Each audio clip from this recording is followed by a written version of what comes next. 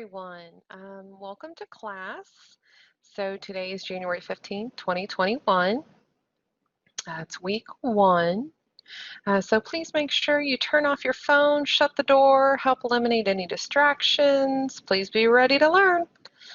Also, very important for today, it's your responsibility to do the audio and visual check. Make sure your equipment's working. Make sure that your computer is plugged in and you're ready to go.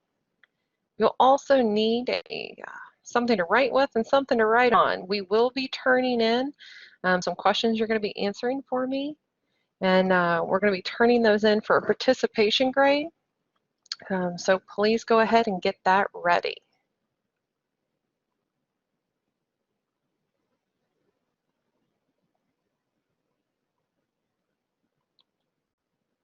So today we'll be discussing the book that we've been going over. You should all be very familiar with it. Thinking Collaboratively, Learning in a Community of Inquiry. So today we're going to be going over some ideas from chapter 2. So once again, make sure you have that paper and pen ready. Reminder, it is for a participation grade. While you're doing that, I'm going to go ahead and do a quality check. I do see that I have a red dot in the top left corner, so I am recording. My microphone is on, so we will proceed. So do you agree or disagree? This is something for you to think about. Learners can often gain an understanding of different perspectives when arguing, talking, discussing, participating in groups that have a particular different perspective than theirs. Oftentimes for me that, lately, Democrats versus Republicans, people of different religions, maybe people who do the same thing but for different companies. They're going to have different perspectives on how something gets done. So do you agree or disagree that you can gain an understanding from those conversations? So that's something that you're going to want to think about.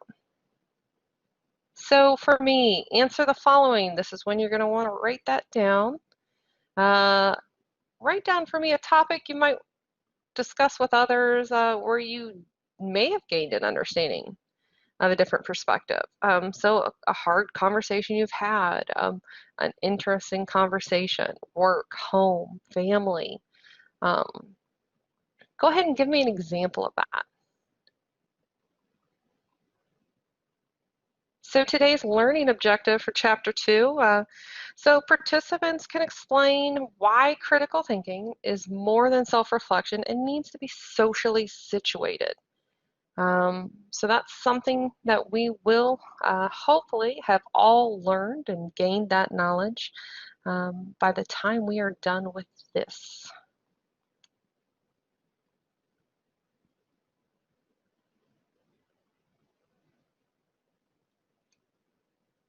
So collaboration, many of us know what collaboration is. Many of us collaborate often.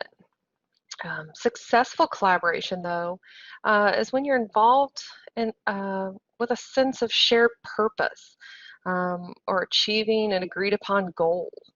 That's not necessarily, the goal of the company, but maybe the goal of this project, the goal of this meeting.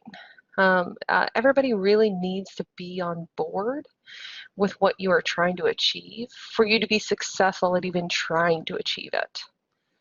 We've all had those situations where somebody's been in that meeting or somebody's been on that board or in that group who drags their feet, who doesn't seem to be on board, doesn't seem to agree on what the goal is. That can be very hard for that group to be successful. So collaboration, many of you have collaborated, whether it be teams, groups, work, family, sports teams, church groups, book groups. So oftentimes we've done this our entire life, and for many of us, we've done it from a very young age, whether it be sports, even on the playground in elementary school, you see groups forming. You can see group thought come out. You can see them collaborate. We're going to play this today. We're going to go get the swings first. And as those groups change, So does the thoughts. So oftentimes this is done in schools or in classrooms, and the teachers will mix up those pods of students who sit together. That actually helps grow thought, makes the students learn, makes them get a different perspective from somebody new at the table. Um, so community of collaboration. Uh, Collaboration, oftentimes it's around a soul identity. So, for instance, a church, a lot of those that go to the church have the same group of thought there. They believe in the same thing, and there when they create groups there, they already have that goal or that purpose. So now they move forward on whatever it is they're trying to achieve.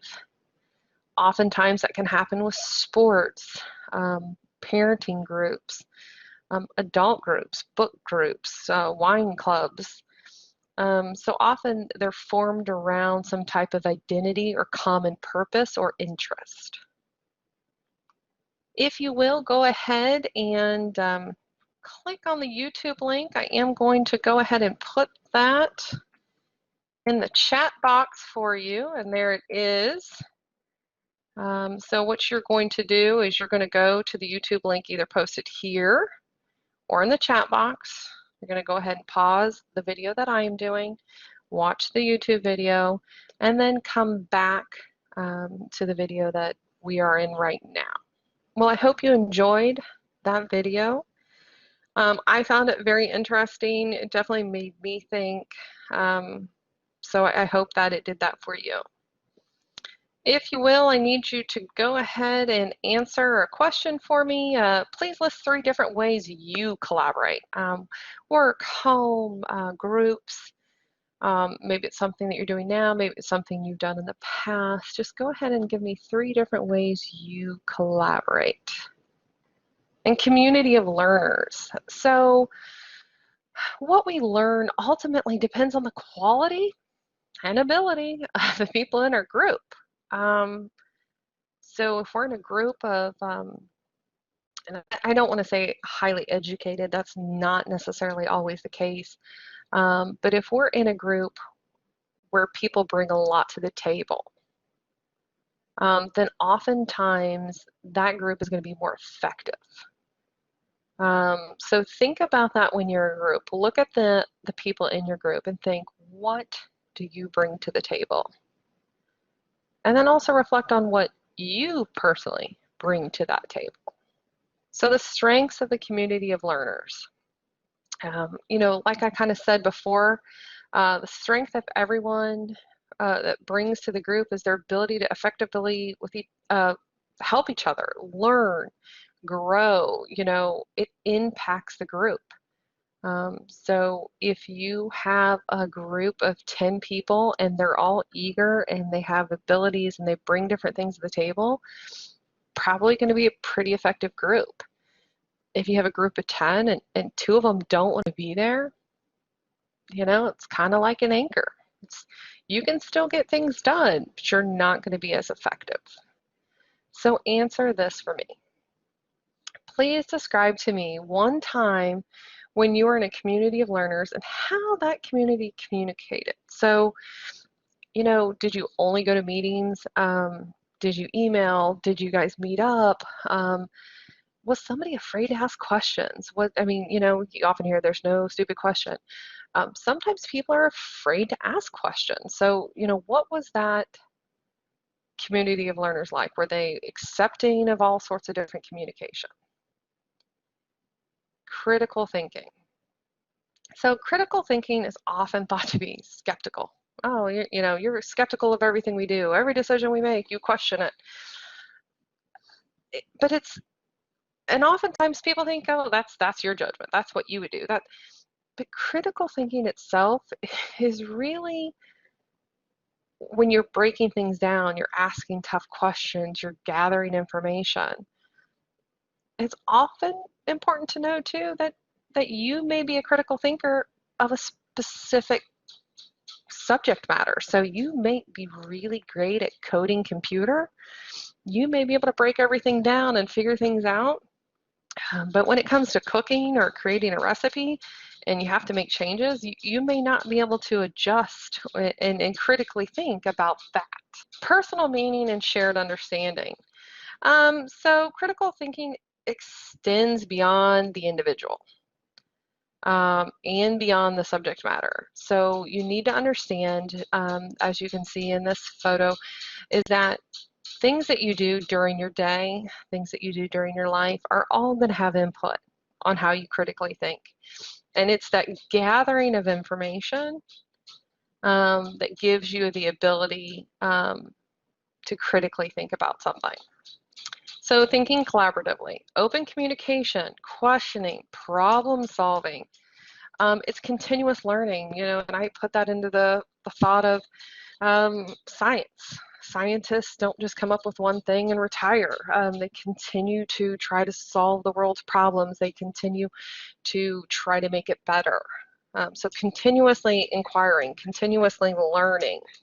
So answer this for me. Name one area of your life that you use critical thinking and give me an example. So how do you use critical thinking currently in your life?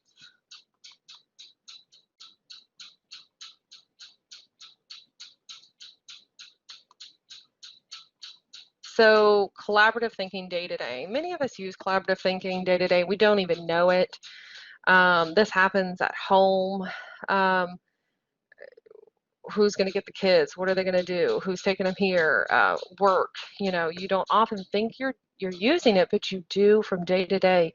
You are using collaborative thinking. So answer this for me. Please give me one example of a time that collaborative thinking was socially situated for you.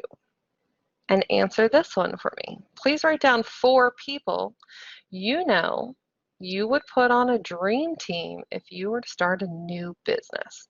This could be people from your family, from your home, from your work. Who are they? What do they bring to the table?